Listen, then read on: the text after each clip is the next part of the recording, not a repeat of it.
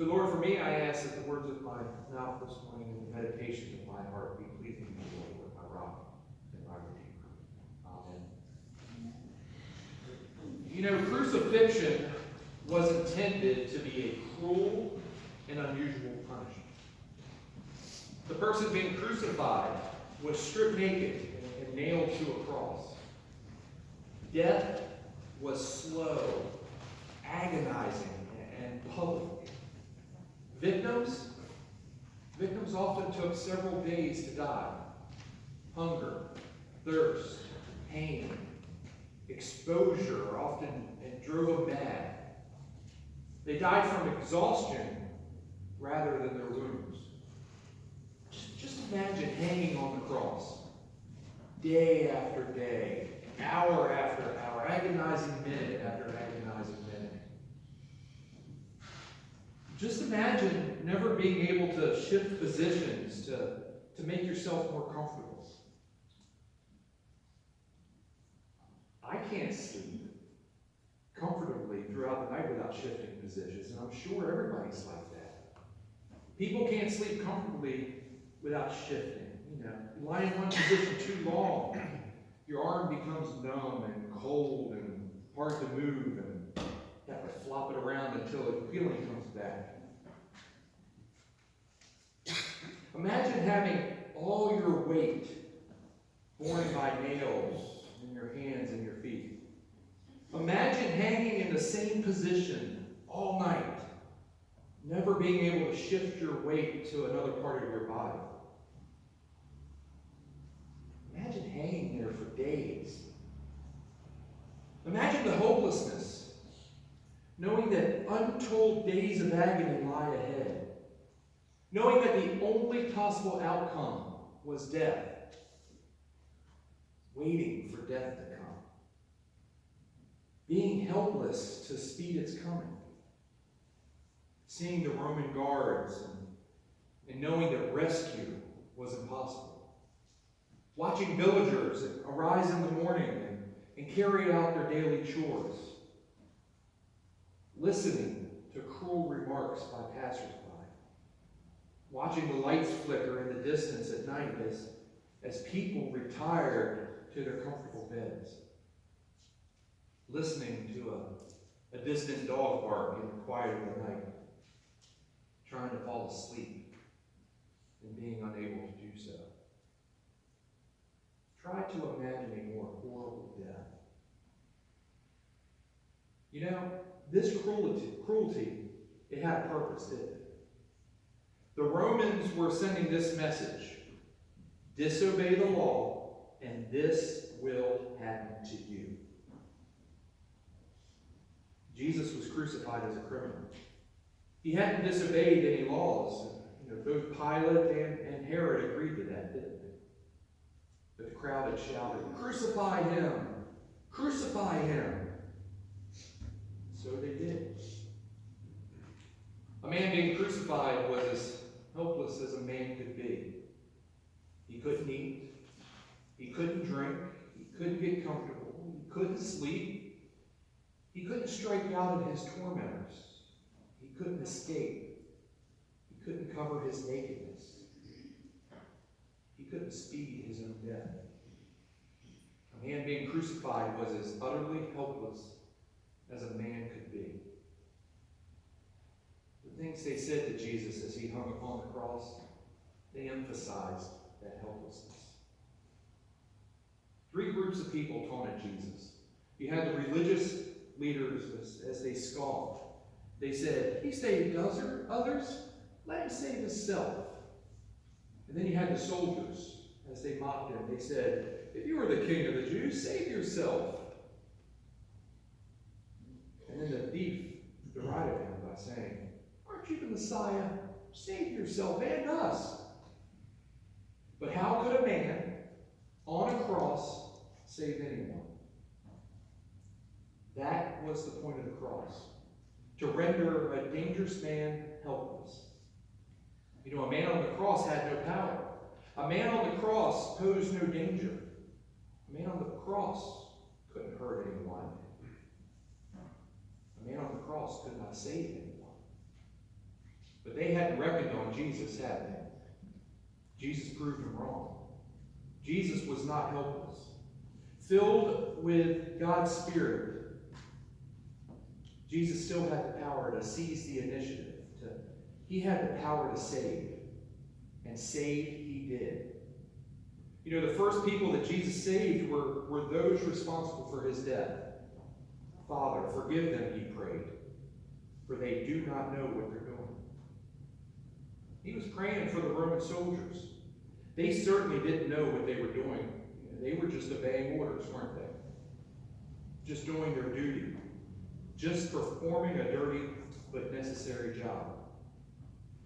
Perhaps Jesus was also praying for the Jewish leaders and the crowds, the ones who were shouting, "Crucify him," the ones truly responsible for his misery. The soldiers and the leaders and the crowds, they had power over Jesus. They could keep him from eating. They could keep him from drinking. They could keep him from escaping. But they could not keep him from saving. Let me repeat that because it's important. The people who put Jesus on the cross had power over him.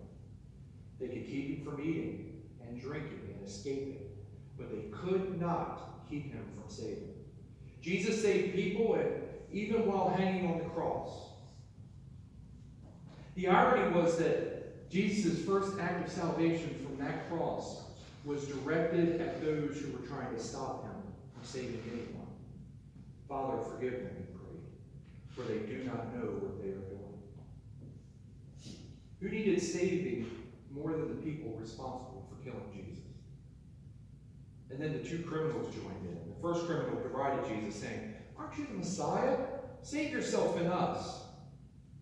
But the second thief rebuked Jesus, or rebuked the first criminal, and said, "Jesus, remember me when you come into your kingdom." And Jesus told him, "Truly I tell you, today you will be with me in paradise." You know, both thieves asked for salvation. The first thief asked Jesus to save him from execution. The second asked Jesus to remember him when Jesus came into his kingdom. The first thief asked out of unbelief. The second thief asked out of his faith. The first thief received nothing, which was what he expected. But the second thief received salvation, which was even more than he had asked for. And there are messages in this story for us today. First, the story tells us that Christ is not helpless. Even nailed to a cross, he reached out and he saved people. And remarkably enough, he was successful at it. And second, this story tells us that Christ came to save the undeserving. And who could have been less deserving than the men who were killing him? Christ came to save the undeserving. And that's the good news. We need saving too, don't we? We're undeserving too. Is there anyone here who hasn't sinned? Is there anyone here who could face God's judgment just on their own merit? Is there anyone here who could stand the scrutiny of God's searching examination? If there are people here who feel that they don't need God's grace, God help them. It was the people who felt that they didn't need that grace who killed Jesus. It was the people who feel that they don't need Christ who shut the door on them. God help them. But Jesus always had open arms and a healing hand. Open arms and healing hands for those who, like the second thief, could say, "Jesus, remember me when you come into your kingdom." Now, in his book, 6 Hours One Friday, it was a book about Jesus' crucifixion. Max Lucado tells a story that came from a teacher of underprivileged children. A 9-year-old girl named Barbara had come from a difficult background, and Barbara never spoke. She never uttered a single word. The other children in the classroom, they would chat away at every opportunity, but not Barbara. Barbara never said anything. When the other children sang, she sat silently. When other children giggled, she was quiet. She never spoke. Barbara always listened. She was always attentive always present, always polite, but never spoke. Barbara never said a word. Barbara never spoke a word until the day her teacher talked about heaven. The teacher talked about a place where no eye has seen, no ear has heard, no mind has conceived what God has prepared for all who love him. And then Barbara, the 9-year-old who never spoke, she raised her hand. Her teacher was stunned. For the first time Barbara spoke, she asked, "Is heaven for girls like me?" You know, the thief must have asked the same question.